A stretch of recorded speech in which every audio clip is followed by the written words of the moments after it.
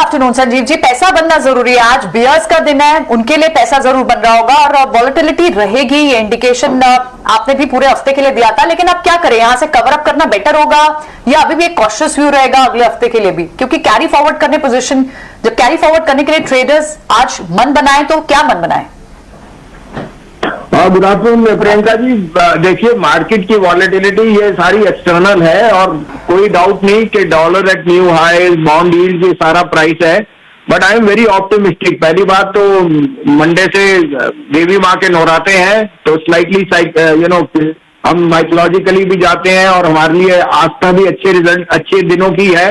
दूसरी बात, crude at $81 is a no brainer के India is in a very sweet spot. अब इसके लिए मैं इन्फ्लेशन को कहूं या रुपी को कहूं, all that gets priced in. Crude has not been at 81 even in the last 7-8 months, which is a blessing in disguise. अब इस समय अगर इंडिया नहीं आउट परफॉर्म करेगा तो मुझे नहीं पता कहां मैं पैसा लगाऊं। दूसरी बात, US markets are very very heavily oversold. Most of the collateral selling is done with, but sentimentally we can see another. So I don't rule out that Monday से we should be heading up, and this correction from 18 to 17,300 or 250 is almost done. So I am very confident from Monday onwards days turn and we should be looking at buying the dips. But like I said, you can hedge yourself. However, I think certain indices are giving, like the Bank Nifty at 1200 point or 2400 point is a very very good opportunity to get back in, because अगर market में वापस जाना है तो ये crude और inflation की वजह से I think banks will lead the chart, but there are a whole host of local players which are there. तो स्टॉक स्पेसिफिक रहिए, 3 पिक्स हैं आपके लिए, आप कहे तो मैं शुरू करूं।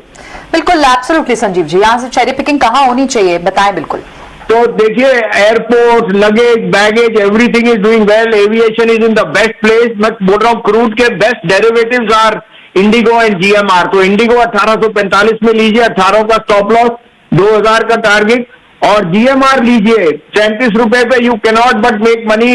Look at the air traffic, look at the external earnings in dollars from duty free and arrow city doing robust business.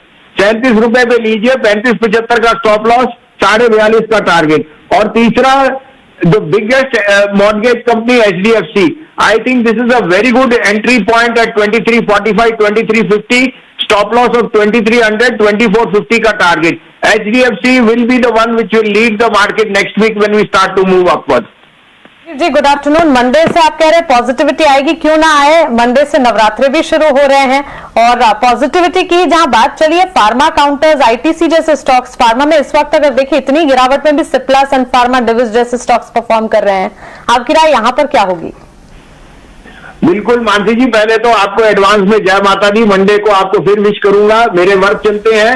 और दूसरी बात, आपने सही फरमाया कि as a proxy to a weak strong dollar, pharma has taken the place of IT में question है, तो I think Sun Pharma, doctor Reddy, Cipla are very very good buyers and they continue to be the outperformers. ITC and Lever will be the beneficiary of consumption or as crude falls.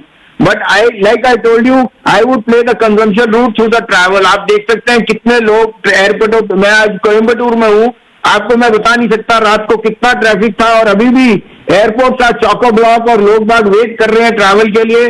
So the biggest beneficiaries are the airline industry because of low crude prices and airport, that is GMR, which is a listed space. So I am very very confident these stocks are the one which are pan India. They will make money in the coming few weeks. Sanjeev ji, बहुत शुक्रिया आपका हमारे साथ जुड़ने के लिए। और